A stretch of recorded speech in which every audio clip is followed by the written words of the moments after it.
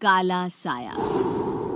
यूं तो बनारस घाट अपनी खूबसूरती के लिए बहुत प्रचलित है, पर घाट के किनारे कई राज लिए बैठे हैं। ये कहानी शुरू होती है बनारस के घाट के पास बने ममता निवास से, जहां प्रिया लाल जोड़े में ममता के घर उसकी बहू बनकर आती है।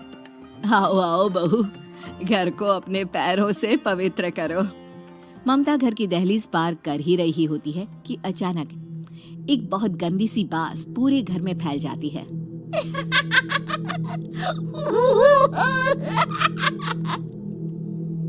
ये बदबू और ये आवाजें, ये कौन हंस रहा है माँ? अब ये पड़ोसी ना हमारे थोड़े अलग से है। कहाँ हम शाकाहारी और ये मांस मच्छी खाने वाले। छोड़, तू ध्यान मत दे और गृह प्रवेश कर। और हाँ बहू, अपनी सास की एक बात हमेशा याद रखना, इन पड़ोसियों से तो कभी बात नहीं करेगी। अच्छे लोग नहीं है ये। अपनी सास की ये बात मानेगी ना बेटा? हाँ माँ, जो आपकी मर्जी, मैं उनसे बात नहीं करूंगी। अगले दिन प्रिया अपनी पहली रसोई बनाने रसोई घर में जाती है। ये छोकी बात तो नाक में जा रही है। एक काम करती हूँ, खिड़की खोल देती हूँ। प्रिया खिड़की खोलने जाती है। इतने जाले, लगता है इस खिड़की को कभी खोला ही नहीं गया। पर ऐसा क्यों? ओह, नॉन वेज की स्मेल आती होगी ना। 2 मिनट के लिए खोल लेती हूँ, फिर बंद कर दूंगी।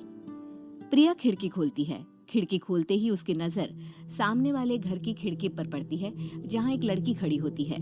हाथों में मेहंदी, लाल रंग की साड़ी, बिल्कुल सजी धजी, मानो प्रिया की तरह ही वो भी नई नवेली बहू हो। वो प्रिया को देखकर मुस्कुराती है। हे भगवान, माँ ने तो इनसे बात करने को मना किया था। प्रिया फौरन ही खिड़की बंद कर देती है और तवे पर चढ़े रोटी की ओर देखने लगती है, पर वहाँ रोटी न होकर मछली पड़ी होती है। ये क्या? पहली ही रसोई में इतनी बड़ी गलती! हे भगवान, अब मैं क्या करूं? प्रिया बहुत डर जाती है और फौरन रसोई की सफाई करने और फिर सभी के लिए खाना बनाने लग जाती है। जब वो सबको खाना परोसती है, सब तो ठीक है, मैं बेकार में चिंता कर रही थी।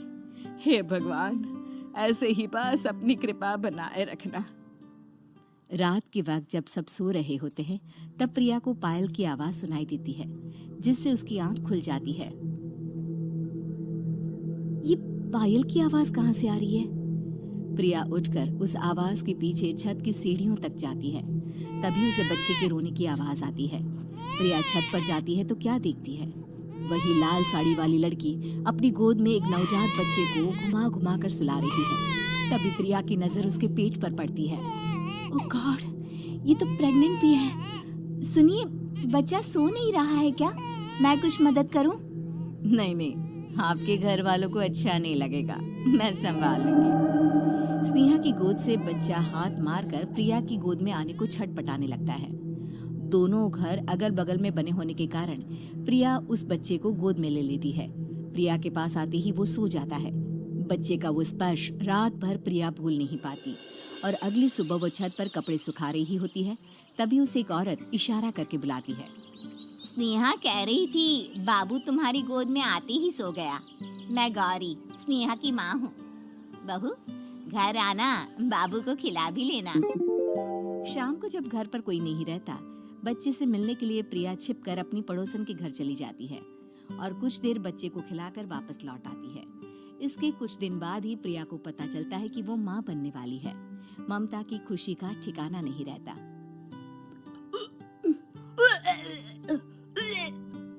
माँ जी, पता नहीं क्यों उल्टी आ रही है। प्रिया भागती हुई वॉशरूम में जाती है तो हरे और लाल रंग की उल्टी करती है। उस उल्टी में से कीड़े निकलते हैं। ये क्या? खून और ये कीड़े! माँ! माँ! प्रिया की आवाज सुनकर ममता दौड़ कर आती है, पर बेसिन में कुछ नहीं होता। प्रिया हक्की बक्की रह जाती है। ये सब क्या हो रहा है? प्रिया घबरा जाती है और अपने कमरे में जाकर सो जाती है। डर के कारण वो इतनी थक जाती है कि उसकी आंख लग जाती है। तब उसे ऐसा लगता है उसके पेट पर मानो कोई बैठा हुआ हो। कौन हो? प्रिया के पेट पर एक 5 महीने की बच्ची बैठी हुई थी, जो बुरी तरह जली हुई थी।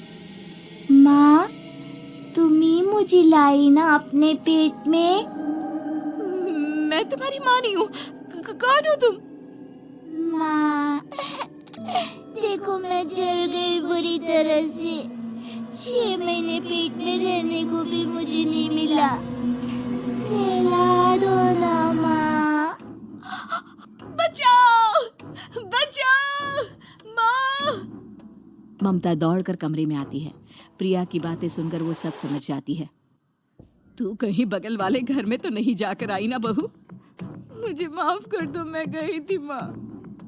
उस घर में सब मरे हुए हैं बहू। कई साल पहले स्नेहा उस घर में बहू बनकर आई थी। कुछ ही दिन में वो एक बच्चे को जन्म देने वाली थी। पूरा घर बच्चे के आने की खुशी में खोया था कि एक दिन अचानक उस घर में आग लग गई। सब बुरी तरह जलकर मर गए। गौरी आज भी दादी बनने का इंतजार कर रही है और इसीलिए स्नेहा ने अपना अजन्मा बच्चा तुम्हारी कोख में डाल दिया। ममता ये कह रही होती है कि पीछे से उसके पैरों को एक बच्चा पकड़ लेता है। दादी, दादी। माँ, स्नेहा की गोद में यही बच्चा था। ये बच्चा कौन है फिर? तेरी मौत है। तेरी भी दादी। जिस चीज का ममता को डर था वही हो गया। ममता निवास के ऊपर मौत ने चादर बिछा दी थी। प्रिया का पेट ऐसे बढ़ जाता है मानो 9 महीने का हो। 2 हाथ उसके पेट से बाहर निकलते हैं। बहू, संतोष को फोन कर, किसी पंडित जी को बुला बहू। प्रिया का पति भागता हुआ घर आता है। ये तो होना ही था माँ।